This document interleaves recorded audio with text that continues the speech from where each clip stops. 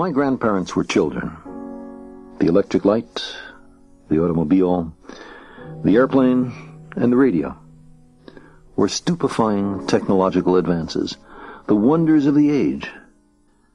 But in that same time, around the turn of the last century, there were two men who foresaw other, far more ambitious inventions: Konstantin Tsiolkovsky and Robert Goddard.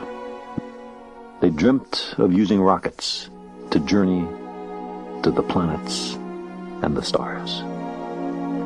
Step by step, they worked out the fundamental physics and many of the details. Gradually, their machines took shape. Ultimately, their dream proved infectious. A generation later, inspired by Tsiolkovsky and Goddard, Wernher von Braun was constructing the first rocket capable of reaching the edge of space, the V2. But in one of those ironies with which the 20th century is replete, von Braun was building it for the Nazis. As an instrument of indiscriminate slaughter of civilians, as a vengeance weapon for Hitler.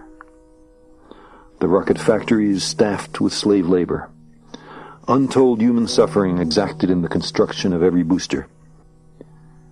Another generation later, building on the work of Tsiolkovsky and Goddard, extending von Braun's technological genius, we were up there in space, silently circumnavigating the Earth, treading the ancient and desolate lunar surface.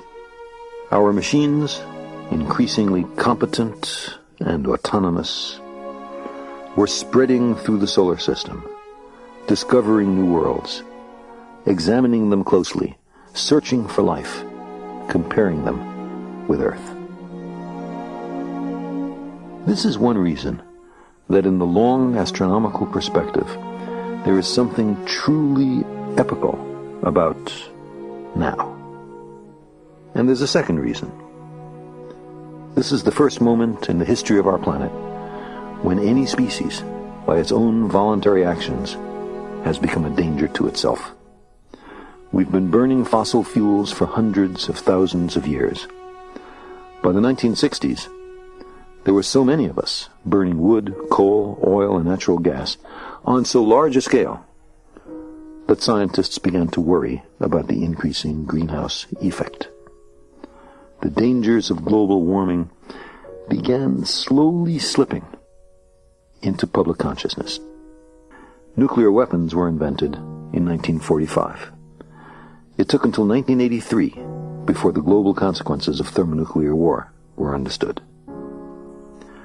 Biological warfare has been with us for centuries, but its deadly mating with molecular biology has occurred only lately. We humans have already precipitated extinctions of species on a scale unprecedented since the end of the Cretaceous period. But only in the last decade has the magnitude of these extinctions become clear, and the possibility raised that in our ignorance of the interrelations of life on Earth, we may be endangering our own future. In the littered field of discredited, self-congratulatory chauvinisms, there is only one that seems to hold up, one sense in which we are special, due to our own actions or inactions, and the misuse of our technology. We live at an extraordinary moment for the Earth, at least the first time that a species has been able to wipe itself out. But this is also, we may note, the first time that a species has become able to journey to the planets and the stars. The two times, brought about by the same technology, coincide. It might be a familiar progression, transpiring on many worlds. A planet, newly formed, placidly revolves around its star. Life slowly forms. A kaleidoscopic procession of creatures evolves.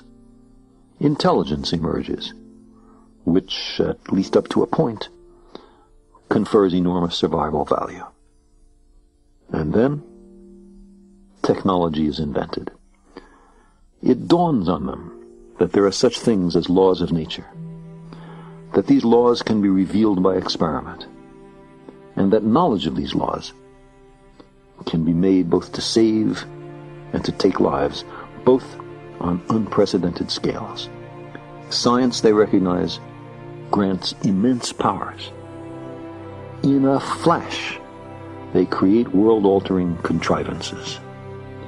Some planetary civilizations see their way through, place limits on what may and what must not be done, and safely pass through the time of perils. Others, not so lucky or so prudent, perish. Since in the long run, every planetary society will be endangered by impacts from space, every surviving civilization is obliged to become spacefaring. Not because of exploratory or romantic zeal, but for the most practical reason imaginable: staying alive. And once you're out there in space for centuries, for millennia, moving little worlds around, engineering planets, your species has been pried loose from its cradle. If they exist, many other civilizations will eventually venture far from home.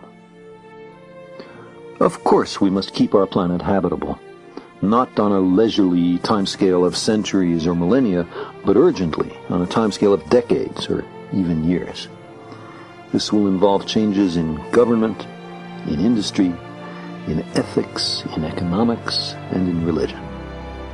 We've never done such a thing before, certainly not on a global scale. It may well be too difficult for us. Dangerous technologies may be too widespread. Corruption may be too pervasive. Too many leaders may be focused on the short term rather than the long. There may be too many quarreling ethnic groups, nation-states, and ideologies for the right kind of global change to be instituted. We may be too foolish to perceive even what the real dangers are, or that much of what we hear about them is determined by those with a vested interest in minimizing fundamental change. However, we humans also have a history of making long-lasting social change that nearly everyone thought was impossible.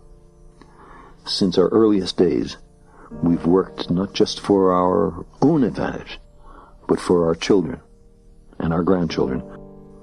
The newly recognized dangers threaten all of us equally. No one can say how it will turn out down here. The moon was where the tree of immortality grew in ancient Chinese myth. The tree of longevity indeed grows on other worlds. If we were up there among the planets, if there were self-sufficient human communities on many worlds, our species would be insulated from catastrophe. A cataclysmic impact on one world would likely leave the others untouched. The more of us beyond the Earth, the greater the diversity of worlds we inhabit, the more varied the planetary engineering, the greater the range of societal standards and values, then the safer the human species will be. This strategy, breaking up into many smaller, self-propagating groups, each with somewhat different strengths and concerns, but all marked by local pride, has been widely employed in the evolution of life on Earth, and by our own ancestors in particular. It may in fact be key to understanding why we humans are the way we are. If our long-term survival is at stake, we have a basic responsibility to our species to venture to other worlds. Sailors on a becalmed sea, we sense the stirring of a breeze.